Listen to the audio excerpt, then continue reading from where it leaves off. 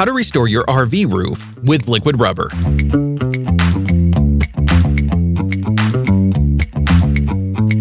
Clean with RV Smart Cleaner.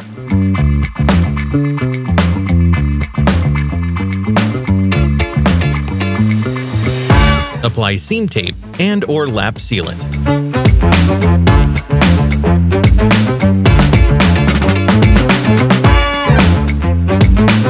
Prime half of your roof. Primer is sticky.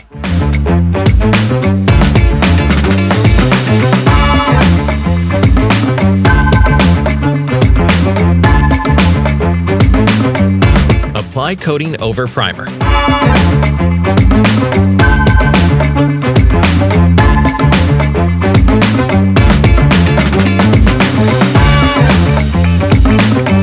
Prime the other side and then coat.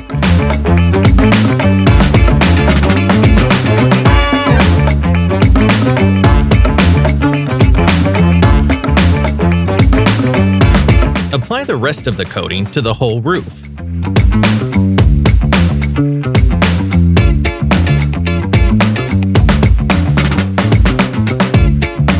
See application guideline for full details. The #1 way to fix your leaking roof.